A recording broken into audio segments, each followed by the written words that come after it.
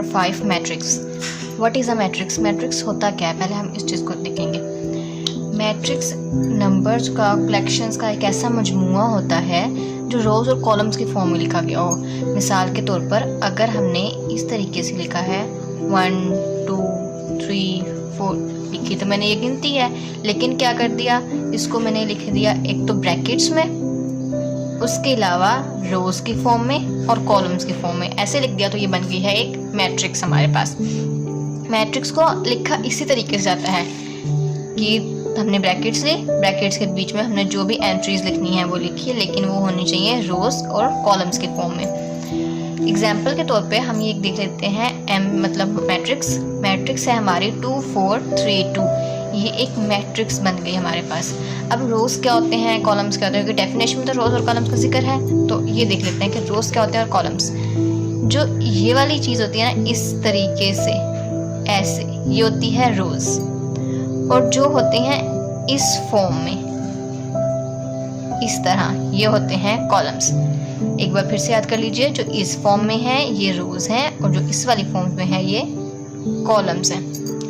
इसके बाद एक बहुत अहम टॉपिक जो समझना बहुत ज़रूरी है वो है ऑर्डर। मैट्रिक्स का ऑर्डर हम कैसे लिखते हैं। अक्सर क्वेश्चंस में ना बताया नहीं क्या होता कि मैट्रिक्स कौन सी है, वो कहते हैं कि इस ऑर्डर की मैट्रिक्स आप खुद ले सकते हैं, अपनी तरफ से एज्यूम कर सकते हैं। क्वेश्चंस में अक्सर एक क्वेश्चन आते हैं, तो ऑर्डर हम बनाएंगे कैसे। जैसे अब हमारे पास ये एक मिसाल है ना, इसी मिसाल को अगर हम ले लें 2 3 4 2, इसका अगर हमें कहा जाए कि इसका ऑर्डर बनाएं, तो आपने क्या करना है, ऑर्डर को लिखते ऐसे हैं कि पहले रोज़ लिखी कि हमारे पास कितनी रोज़ हैं वो लिखी, फिर बाद में लिखाया बाय और एंड पे लिख दिया हमने कॉलम्स के कितने कॉलम्स हैं। जैसे अगर हमने इस मैट्रिक्स का बनाना हो तो हम लिखेंगे 1 और 2 रोज हो गई हमारे पास, बाय 1 2 हमारे पास हो गए इसके कॉलम्स। तो इस मैट्रिक्स का ऑर्डर बना 2 by 2। अब अगर हमें क्वेश्चन दिया जाता है कि हम 3 by 3 का एक मैट्रिक्स बनाएं, तो हम मैट्रिक्स कैसे बनाएंगे। हमने कोई भी वैल्यूज लिख ली, अब 3 by 3 लिख देना, बेशक हम लिखें A B C D E F G H I, लें जी बन गई एक 3 by 3 की मैट्रिक्स। देखिए 1 2 3, 3 इसमें हो गई रोज, 1 2 3 3 हो गए इसमें कॉलम्स। तो ये थी मैट्रिक्स और मैट्रिक्स का ऑर्डर, रोज और कॉलम्स, ठीक है, जो कि मेन चीज़ है मैट्रिक्स की। अब हम चलते हैं मैट्रिक्स के टाइप्स की तरफ कि मैट्रिक्स की टाइप्स कौन कौन सी हैं।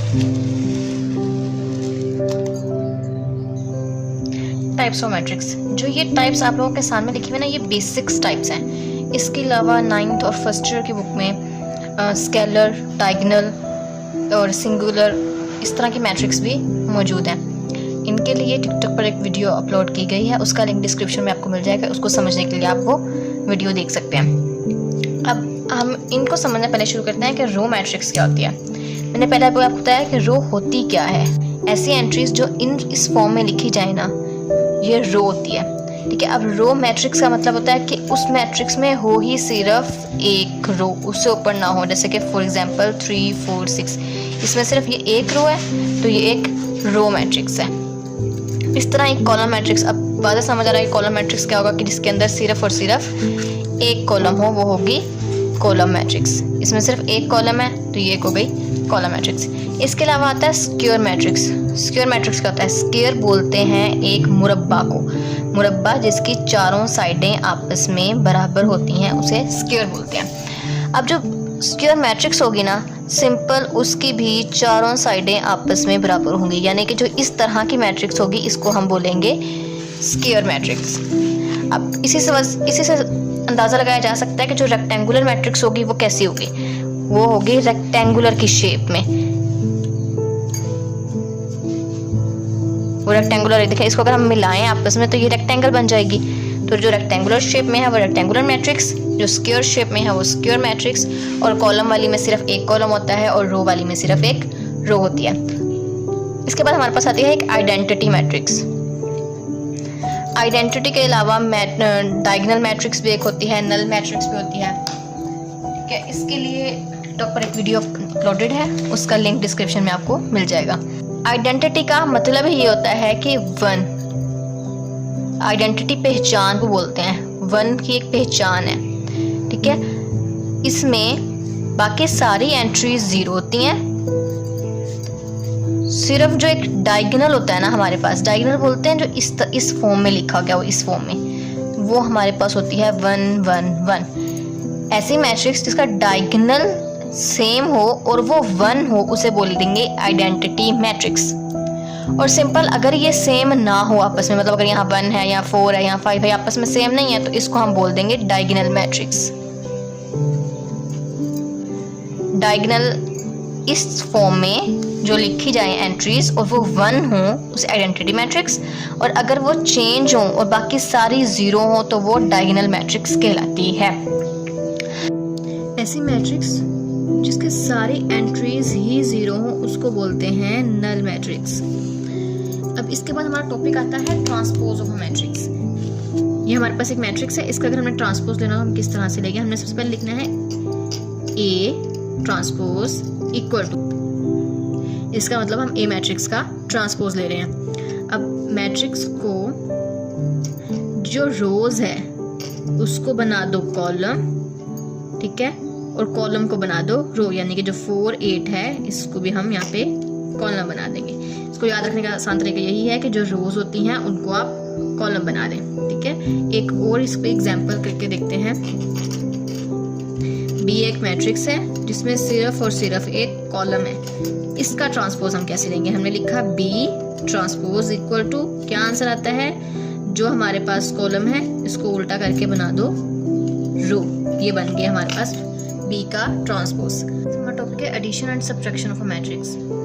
मैट्रिक्स को ऐड और सब्ट्रैक्ट करने के लिए हम सामने वाली वैल्यूज को आपस में जमा करते हैं। जैसे हमने इन दोनों में एग्जांपल हुआ ना, हमने ए और बी को आपस में ऐड करना है।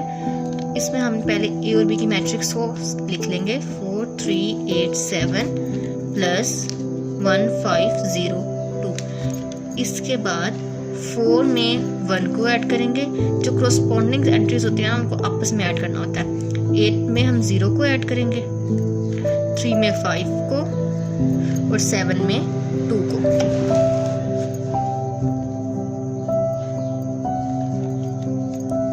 4 + 1 5, 8 + 0 8, 5 + 3। एग्जाम्पल 2 है हमारे पास, इसमें ए और बी बहुत लेंथी मैट्रिक्स हैं। इनका एडिशन लेने के लिए ए में बी जमा करेंगे और उसके सामने ए और बी की वैल्यूज को एंटर करेंगे। 20 10 15 25 20 20 22 18 15 20 10 15। माइनस करेंगे बी वाली वैल्यूज को, 10 5 8 15 20 30 20 18 15 20 10 10। सॉरी, इसमें ऐड करना है, माइनस नहीं करना। 20 में 10 को ऐड करेंगे, 20 + 10, ठीक है, और 10 में 5 को। इस तरह ही बाकी सबको भी उसके क्रोस्पोंडिंग एंट्रीज के साथ ऐड करते जाएंगे।